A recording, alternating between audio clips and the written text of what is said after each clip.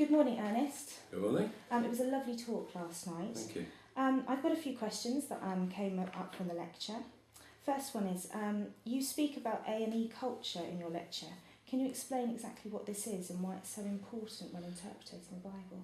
Yes, I'm talking about the culture of the ancient Near East, which is the wider area within which the ancient Israelites, Hebrews, lived, and they were interacting with their neighbours. And I mean, all of us, our thinking is influenced by the culture, the wider culture in which we live, and we're having to respond to people with different views from ourselves and develop our own understanding in light of that.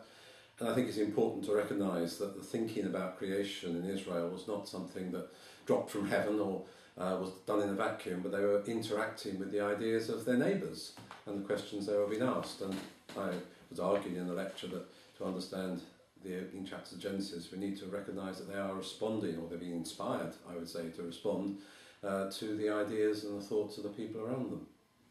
Thank you.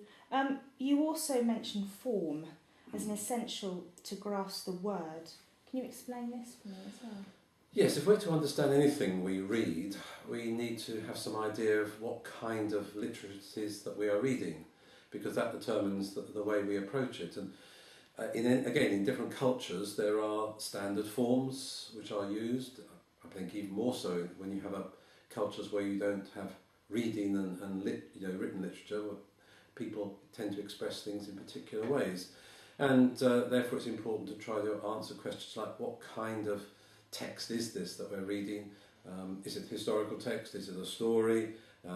If it's a story, what sort of story? And so on. And we have to take clues from within the text itself as to what kind of text it is. And I suggested, for instance, that from very early on, both Christians and Jews have recognised things in the text that led them to read it in a figurative way. And that those clues are guiding the reader in the right way to read it. The trouble is, if we come with our own assumptions as what sort of text it is, we may misread it. So thinking about that figurative narrative, you say that Genesis is a figurative narrative and it conveys the truth about God. What leads you to know that this is actually figurative? Well, for instance, the fact that when you read Genesis 1, there seems to be an obvious oddity about it, that on the first 3 days of creation you've got morning and evening, but you haven't got sun, moon and stars until day 4, and obviously it's the sun that gives you morning and evening.